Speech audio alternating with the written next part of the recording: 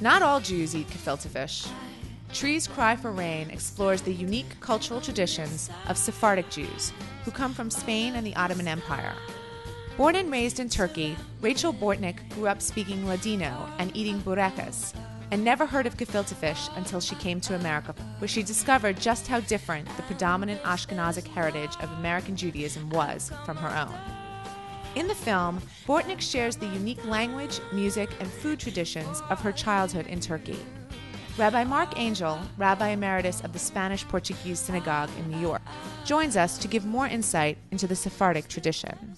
So you wrote a book called Foundations of Sephardic Spirituality. Could you tell us a little bit about the book, and specifically because so many of the what are considered non-Ashkenazic Jewish, the Jews in New York specifically, are actually Jews from Middle Eastern countries. That's right. Those are very different traditions from those of, let's say, my ancestors and your ancestors who came from the former Ottoman Empire. Right. Just like when people say Jews, well, they aren't all from Eastern Europe. There are German Jews and the Hungarian Jews, and the Ashkenazim themselves are not one thing. There's great variety among Ashkenazic Jews. But among Sephardic Jews, or people called Sephardic, there are also more variations. Jews from Africa and Asia, the Middle East. Each civilization deserved its own treatment. In my book, I dealt with Ladino speaking, that's Judeo-Spanish speaking, because that's my own particular heritage. And I think it dominates the Sephardic world for the last 500 years in many ways, culturally and spiritually.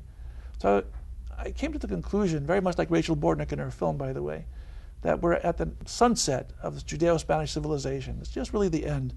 There's no more living community where this is the living language, where this is the living way of doing things.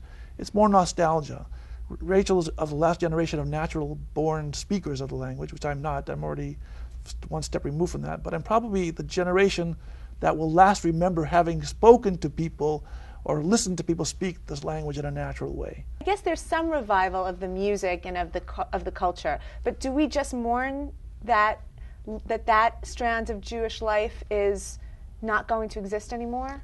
I don't know if mourning is the right word. We have to acknowledge that there is a change. History changes, nothing stays stagnant. And I think one of the reasons I wrote my book was I want to look at the history and traditions of that people, who I think have reached the end of their historical experience, with all due respect to ourselves. And what is there in that tradition that's meaningful to the next generation and 5 generations from now of people who aren't of this background at all? But I think there are certain key ingredients in that culture: optimism, self-respect, a certain sense of dignity, a certain openness to the world at large, singing love songs, even among religious people. No one's had any problems singing love songs.